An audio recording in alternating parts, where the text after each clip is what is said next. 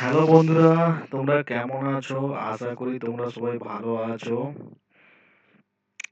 প্রত্যেকেই ভালো রয়েছো এবং আমার এই চ্যানেলে প্রত্যেককেই স্বাগত জানাচ্ছি। তোমরা প্রত্যেকেই আমার চ্যানেলে আসো। আমার চ্যানেলে তোমাদের প্রত্যেককেই স্বাগত। আজকে আমরা আলোচনা করব 26,000 যে চাকরি প্রার্থী যে চাকরি হয়েছে তাদের মানে বহুজন নেতা মন্ত্রী সুপারিশ করেছিল। সেই সুপারিশে সিবিআই চার্জশিটে সেগুলো কিছু কিছু উল্লেখ পাওয়া গেছে। সেই বিষয়টা নিয়ে আলোচনা করব। কোন নেতা তৃণমূলের কোন নেতা বা কোন মন্ত্রী কতজনের সুপারিশ করেছিল সেই বিষয়গুলো আলোচনা করব।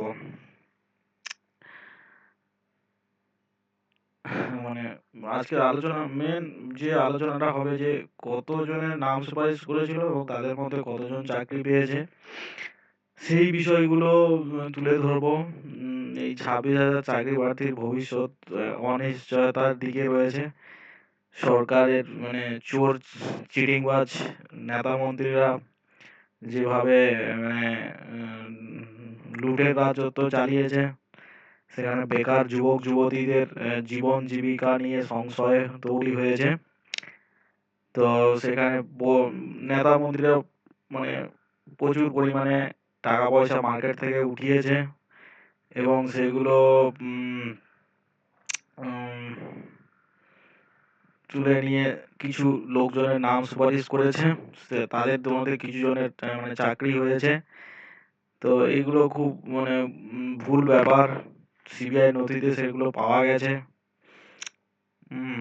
কোন এমপি বা কোন এমএলএ কতজনের নাম সুপারিশ করেছে সেইগুলো সিবিআই রিপোর্টে কিছু জনের নাম বা এমএলএ নাম, এমপির নাম পাওয়া গেছে। তো এখানেই তো প্রমাণ হয়ে যাচ্ছে যে যারা এমএলএ বা এমপির মাধ্যম দিয়ে চাকরি পেয়েছে তারাও যদি বলে দেয় আরো কতজন চাকরি এইভাবে পেয়েছে, সেই বিষয়টাও ক্লিয়ার হয়ে যায়। বা আরো যারা স্কুলে চাকরি করে তারাও তো বলতে পারে যে পাশের জনটা যে চাকরি করছে সে কিভাবে চাকরিটা পেয়েছে, এইভাবেও তো বলে দিলে নামগুলো তো পরপর চলে আসে। কিন্তু এগুলো এরা করবে না।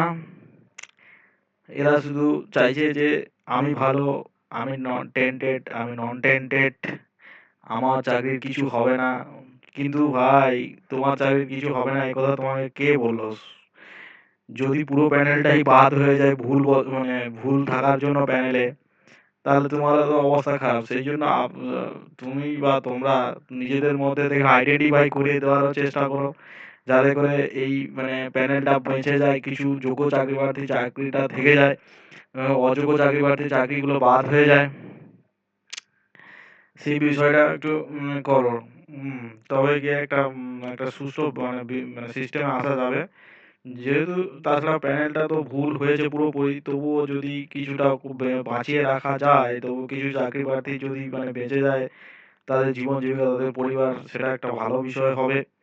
হুম তো আমরা এই পর্যন্ত আলোচনা করছি, কিন্তু আমাদের যে মেন বিষয় সেই মেন বিষয়টা আজকে আলোচনা করছি যে টিএমসির কোন নেতা বা এমপি এমএলএ সুপারিশে কতজনের নাম সুপারিশ করেছে, তাদের মধ্যে কত কতজন চাকরি হয়েছে। এটা সামান্য কয়েকজনের নাম উদ্ধার করেছে সিবিআই। হুম তাদের মধ্যে থেকে এছাড়া আরো নেতা মন্ত্রী রয়েছে, তাদের নামও রয়েছে। কিন্তু এখানে কয়েকজনের নাম রয়েছে, যেমন দিব্যেন্দু অধিকারী, ইনি হচ্ছে এমপি। ইনি 11 জনের নাম সুপারিশ করেছিলেন, তার মধ্যে 5 জনের চাকরি হয়েছে। মমতাবালা ঠাকুর, ইনিও এমপি, ইনি 20 জনের নাম সুপারিশ করেছিলেন, ইনি 2 জনের চাকরি হয়েছে। ভারতী ঘোষ, ইনি এসপি ছিলেন, ইনি 4 জনের নাম সুপারিশ করেছে, 3 জনের চাকরি হয়েছে। শওকত মোল্লা, ইনি এমএলএ ছিলেন, 2 জনের নাম সুপারিশ করেছিল, কিন্তু একজনেরও চাকরি হয়নি। বীণা মণ্ডল এমএলএ ছিল, 13 জনের নাম সুপারিশ করেছিল, 6 জনের চাকরি হয়েছে। নির্মল ঘোষ এমএলএ ছিলেন, ইনি 16 জনের নাম সুপারিশ করেছিল, 6 জনের চাকরি হয়েছে। শ্যামল সাঁতরা, ইনি এমএলএ ছিলেন, 22 জনের নাম সুপারিশ করেছিল, 3 জনের চাকরি হয়েছে। বিশ্বনাথ বিশ্বাস, ইনি এমএলএ ছিলেন, 5 জনের নাম সুপারিশ, 1 জনের চাকরি হয়েছে।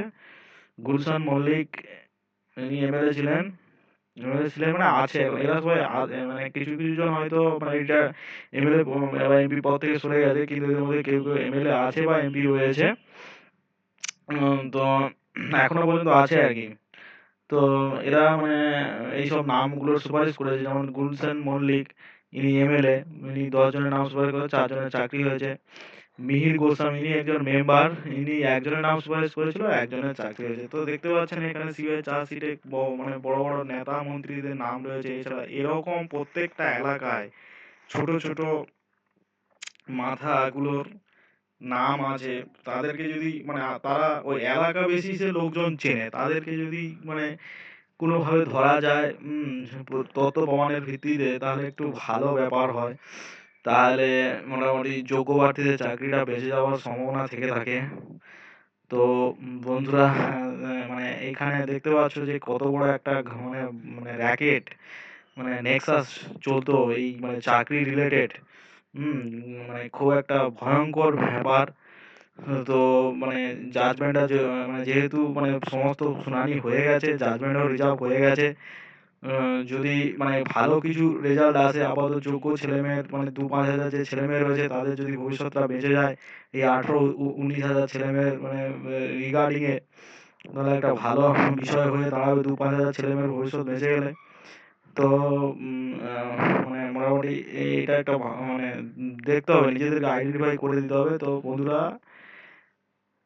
এই 26,000 যদি না আইডেন্টিফাই করা যায়, তাহলে কিন্তু যোগ্য কে অযোগ্য কে, তাহলে কিন্তু পুরো প্যানেলটাই বাদ হবে। তো আমি আজকে তোমাদের যে আপডেটটা দিলাম যে কতজন নেতা মন্ত্রী, মানে কিছু নেতা মন্ত্রী তারা এখনো এমএলএ রয়েছে, কেউ কেউ রিটায়ার মানে এমএলএ পদ থেকে সরে গেছে বা এমপি পদ থেকে সরে গেছে। তারা কিছু নামের সুপারিশ করেছিল, সেই চাকরিগুলো হয়েছে, এইগুলো আপডেটটা দিলাম। হুম আর হচ্ছে আর কি, আর তাহলে এখানে আমরা আলোচনাটা শেষ করছি। হ্যাঁ, তো নমস্কার সবাইকে, ভালো থাকবেন। পারলে চ্যানেলটা লাইক, শেয়ার, কমেন্ট, সাবস্ক্রাইব করে নেবেন নতুন নতুন তথ্য এবং আপডেট পাওয়ার জন্য। থ্যাংক ইউ, নমস্কার।